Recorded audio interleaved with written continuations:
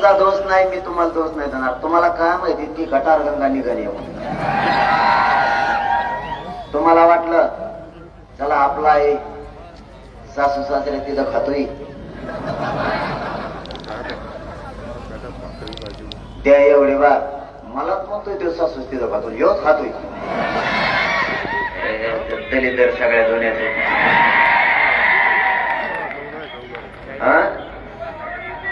इथलेच आहे का? वा वा काय हिरा सापडाकडे त्या घाटाला. मला सांगतोय तिकडे येऊन महिसा सरवाडी गंगापूरची सांगतोय तिकडं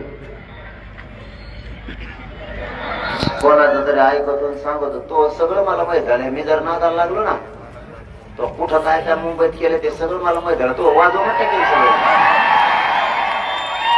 मराठ्यांची नियत साफ आहे म्हणून आम्ही आणखीन बाहेर काढणार नाही तर तो सगळे कुठाने माहित झालेत मला. तुला चष्म्याच्या काचाच बदला लागणार आहे आता. तू आज काय बोलला मी उद्या बघतो मग तुला सांगतो मग कसा दणका असतो. परत तिकडे मंत्र्याला जाऊन सांगतो ते लय बोलवतो मला. तुला सांगितलं होतं ना मराठ्यांच्या नादी लागू नको. काय लागतो मी या यशवंत नगरीतील माझ्या मराठा मायबापांना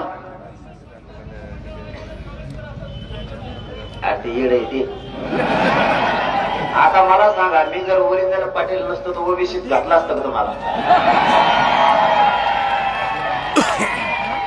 तो 42 वर्ष म्हणत होता मराठ्यांना ओबीसीत येऊ देणार नाही. ओरिजिनल पाटील म्हणूनच मराठी ओबीसीत घातले.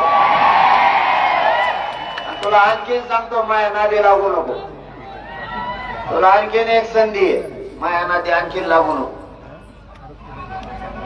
मी एकटा मागा लागलोय तर तो ही फजिती जर का यमा लागले तुला आसामलाच राहायला जावं लागेल. मध्ये चान्सच नाही मग तुला. आणखीन शहाणा असला तर शहाणा होय नको ना दिला. तू म्हणला ओबीसी जाऊ देणार नाहीत. पुरे मराठी ओबीसी जाते. 57 लाख मराठी आतापर्यंत ओबीसी आरक्षणात गेले. 57 लाख. आणि एका नोंदीवर 140 ते 150 लोकांना प्रमाणपत्र मिळायला लागले एका नोंदीवर. तरी पण आपण 5च धरू. फक्त 5 धरू. एका नोंदीवर 5 जणांना जरी लाभ झाला तर 2 करोड मराठी आजच आरक्षणात गेले. मी परत वरून फुटा आणून तुला ये असा बी आणलाय तेव्हा लालच झालाय. तुम्ही काल भाषण बघितलं ते असा लाल घरात चेहरा झाला.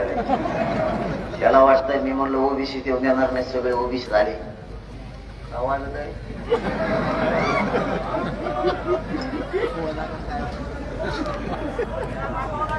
लांब जाऊन टाकत नाटक आहे. मी त्याला 2 गोष्टी तर मिळून दिल्यात मराठा समाजाला माझ्या मराठा समाजाच्या ताकदीवर. परत दुसरा असा खोटा आणून ठेवलाय ज्याची नोंद नाही. त्या मराठ्यांना आरक्षण देण्यासाठी ज्याची नोंद सापडली त्याच्या गणगोतातील सोयऱ्यांना सुद्धा त्याच नोंदीच्या आधारावर आरक्षण द्यायचं योग्य खोटा. आता तुम्हाला समजूनच सांगतो. जाऊन द्या तुम्ही लय मोठे जमलात. मला लय उशीर बोलत होतो पण आता बोलत होतो. आता तुम्ही एवढे बोलत जमल्याला बघितलं माझ्या अंगात ताकद आली.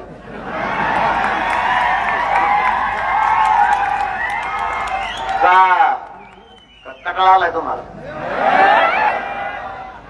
मग बोलू काय उशीर.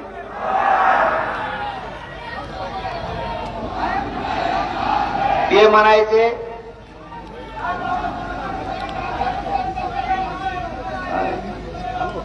आता मी तरी काय करू ऐका सांगतो ना. ऐका ना काय होतंय. मी मानलंय मराठा समाजाला मायबाप. मी माझं कुटुंब बाजूला सारून समाजाला मायबाप मानले. समाजाला परिवार मानले. मला समाज मी एकदा निघालो समाज रस्त्यावर उभा आहे. समाज मला पुढे जाऊच देत नाही. कारण मला मायबापाची आणि कुटुंबाची माया या माझ्या मायबाप समाजात कमीच नाही पडू दे. 5 महिने झाले सलग लढतोय. सलग रात्र दिवस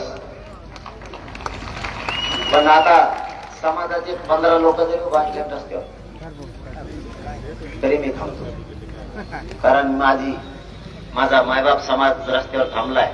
मग ते 10 आहेत का 10,000 आहेत याला किंमत नाही. पण 10 जण जरी असले ना त्यांना डावलून जाणारी पैदास माझी नाही.